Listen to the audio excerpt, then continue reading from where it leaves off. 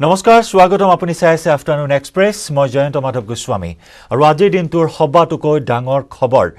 নতুন তিনিখন কৃষি আইন প্ৰত্যাহাৰ কৰিলে কেন্দ্ৰই কৃষকসকলক ঘৰলৈ উভতি যাবলৈ আহ্বান প্ৰধানমন্ত্ৰী নৰেন্দ্ৰ মোদীৰ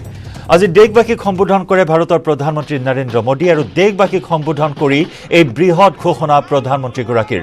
প্ৰত্যাহাৰৰ আনুষ্ঠানিকতা আৰম্ভ কৰিব চৰকাৰে এই কথা ঘোষণা কৰে প্ৰধানমন্ত্ৰী নৰেন্দ্ৰ মোদীয়ে দীৰ্ঘ দিন ধৰি অব্যাহত ৰাখিছে কৃষক আন্দোলন কেইবাটাও কৃষক সংগঠনৰ এই প্ৰতিবাদ অব্যাহত আছে কেইবাখনো ৰাজ্যৰ এই প্ৰতিবাদী আন্দোলন অব্যাহত আছে যি পৰ্যন্ত এই কৃষি আইন বাতিল কৰা নহয় সেই পৰ্যন্ত প্ৰতিবাদ অব্যাহত ৰখাৰ সিদ্ধান্তত নাচুৰবান্দা হৈ আছিল কৃষক সংগঠনসমূহ আৰু দিল্লীকে ধৰি বিভিন্ন প্ৰান্তত প্ৰতিবাদ অব্যাহত আছে বিগত সময়ছোৱাত আৰু আজি গুৰু নানকৰ জন্ম জয়ন্তীৰ দিনটোত প্ৰধানমন্ত্ৰী নৰেন্দ্ৰ মোদীয়ে এই বৃহৎ ঘোষণা কৰাৰ লগে লগে এতিয়া আনন্দৰ পৰিৱেশ দেখিবলৈ পোৱা হৈছে কৃষকসকলৰ মাজত মিঠাই খুৱাই মিঠাই বিতৰণ কৰি আনন্দ প্ৰকাশ কৰিছে আন্দোলনৰত কৃষকসকলে অৱশ্যে কৃষক নেতাসকলে এতিয়াও আশ্বস্ত হ'ব পৰা নাই যেতিয়ালৈকে আনুষ্ঠানিকভাৱে কৃষি আইন বাতিল কৰা নহয় তেতিয়ালৈ প্ৰতিবাদী কাৰ্যসূচী অব্যাহত ৰাখিব বুলিও ইতিমধ্যে স্পষ্ট কৰিছে স্থিতি কেইবাটাও কৃষক সংগঠনৰ নেতাই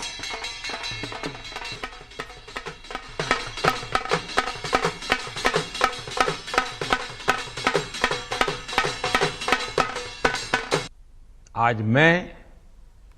आपको पूरे देश को ये बताने आया हूं कि हमने 3 कृषि कानूनों को वापस लेने का रिपील करने का निर्णय लिया है इस महीने के अंत में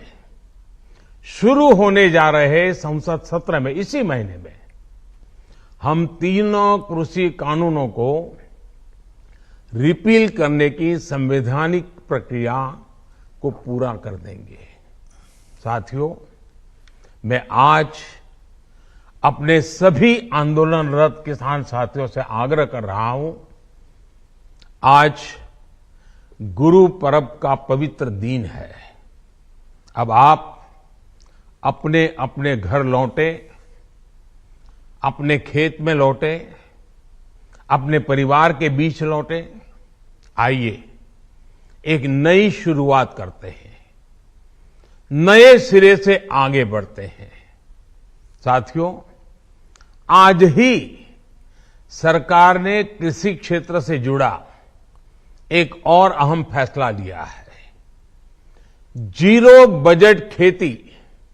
यानी प्राकृतिक खेती को बढ़ावा देने के लिए देश की बदलती आवश्यकताओं को ध्यान में रखकर क्रॉप पैटर्न को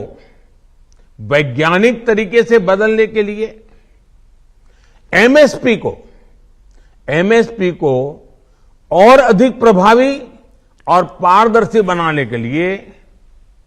ऐसे सभी विषयों पर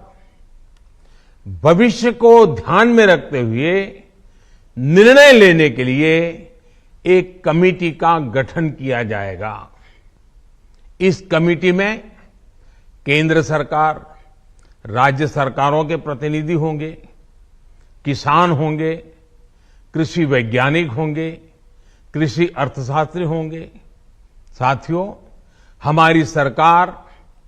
किसानों के हित में काम करती रही है और आगे भी करती रहेगी তিনিখন বিতৰ্কিত কৃষি আইন বাতিল কৰা ঘটনাটো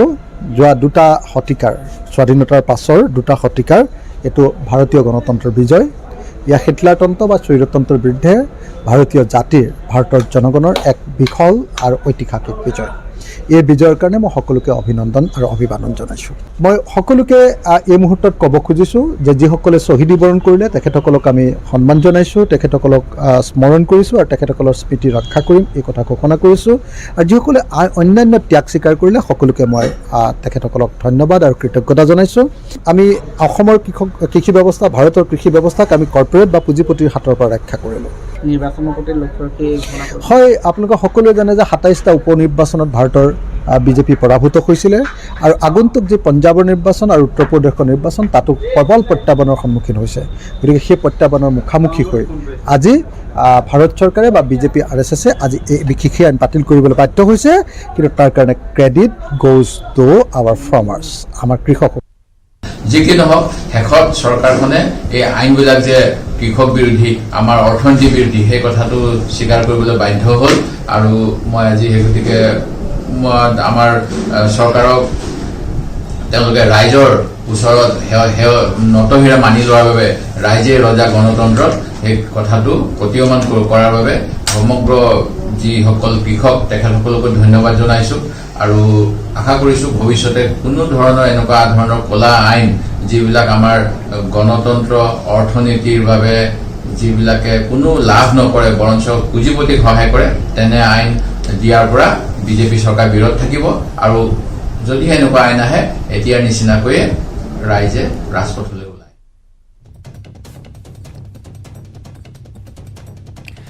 আৰু সংসদত কৃষি আইন প্ৰত্যাহাৰ নকৰা পৰ্যন্ত চলি থাকিব কৃষক আন্দোলন। এই ঘোষণা কৃষক আন্দোলনৰ নেতা ৰাকেশ টিকাইটৰ। ইতিমধ্যে ৰাকেশ টিকাইটে এই স্থিতি স্পষ্ট কৰিছে যে কাগজে কলমে আনুষ্ঠানিকভাৱে কৃষি আইন প্ৰত্যাহাৰ নকৰা পৰ্যন্ত এই আন্দোলন তেওঁলোকে অব্যাহত ৰাখিব। এই ঘোষণা কৰিছে কৃষক আন্দোলনৰ নেতা ৰাকেশ টিকাইটে।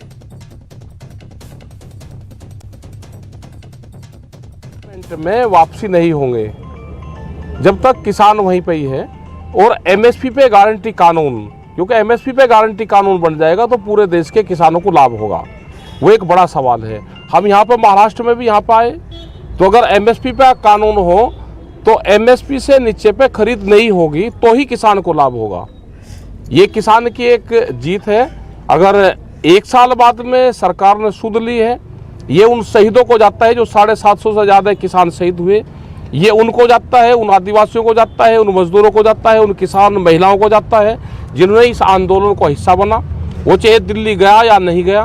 अपने वहाँ पर रहा, तो ये उनको ये संघर्ष की जो गाथा है उनको जाती है पूर्ण रूप से, और ये उन्हीं की जीत है। পৰৱৰ্তী খবৰ, দৰঙৰ বৰ